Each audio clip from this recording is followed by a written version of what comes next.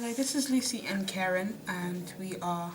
just going to be talking about our plot and things in which we've just been discussing of recently, in terms of our music video OCR development. Yeah, Right. so Karen, would you like to start? One of the plot ideas we had for our music video is about drug abuse. So we were thinking of putting in a teenager that has normal everyday teenage problems, and he's trying to find a way to drown those sorrows by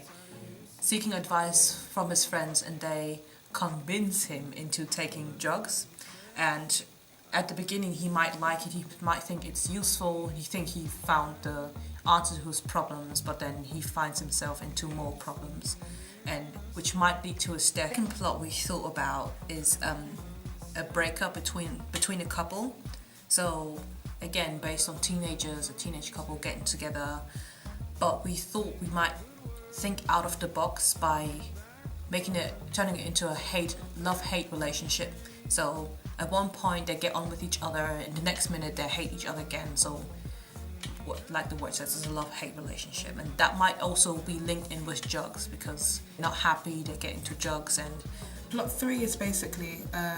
based on vlogs, and it's the vlog plot, making it that it's based on popular culture.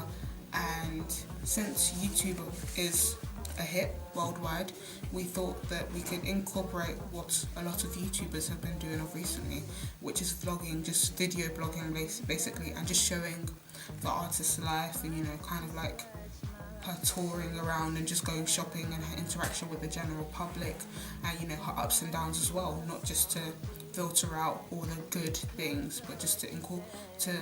incorporate things in which are also bad, which show it just kind of fits with the lyrics more. However, we decided to go against all three of those plots in which we had thought about, and we decided to add bits of the plots individually together and create the day after party plot, which is basically like the artist's house is wrecked. Like she's had a party, and the day after the party she's waking up in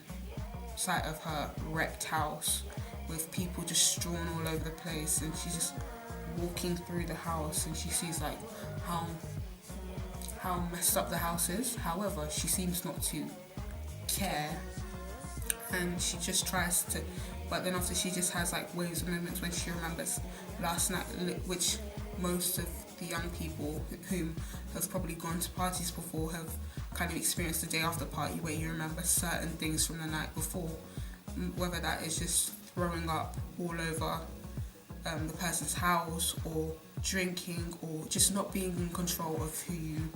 are in general. And we thought that we could have a point in the music video in which there's a camera inside the fridge, and when she opens up the fridge, obviously the camera captures all of that from the inside perspective, and then after we're going to do over the shoulder shots as well to create dimension and interest in places where it seems very, very empty, and where it doesn't seem as if it's very lively and fun and bubbly. But also, would you like to discuss about the bathroom and the water? yeah, one of the concepts we had in mind for our location is, like we said, it's going to be an after party, like the situation after the party, everything is wrecked. So it's going to be in a house, it's going to be set in a house, everything is wrecked. So we're going to use props such as beer bottles, empty beer bottles, wine bottles, of course, nobody's going to drink them, of course. And then we thought we might have a setting where the girl or the person or the artist walks through a dark alleyway to present the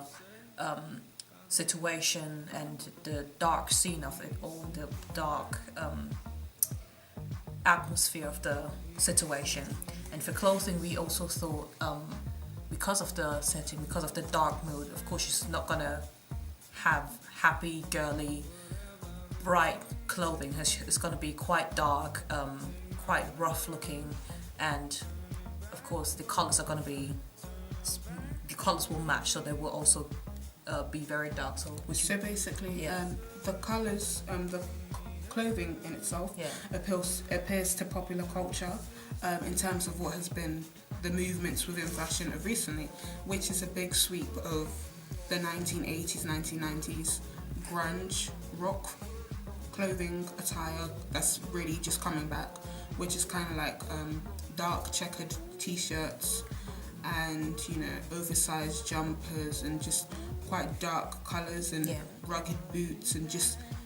it being kind of appropriate outside kind of now to wear like fishnet tights which have been ripped, or you understand, just appealing to that nature.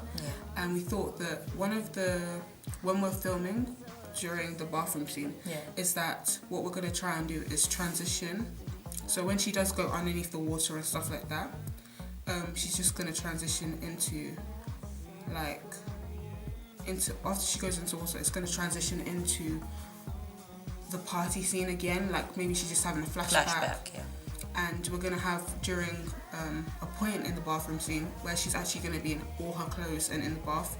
where her boyfriend walks into the bathroom and she has a flash of a memory from him the night before, maybe kissing a girl or so, and they argue a bit, and then after it just kind of escalates. It's basically kind of like a contrast and like a subtleness, a contrast and subtleness, because we're trying to appeal to the beat of the song as well. Just trying to create chaos and, you know, solemnness when there needs to be. And for the colours again, we would try to create a sort of grey scale. So the colours we use are going to be basically between black, grey, like dark maroony, colours, maroon, wine, red, khakis, and stuff, or really dark blues. And we've just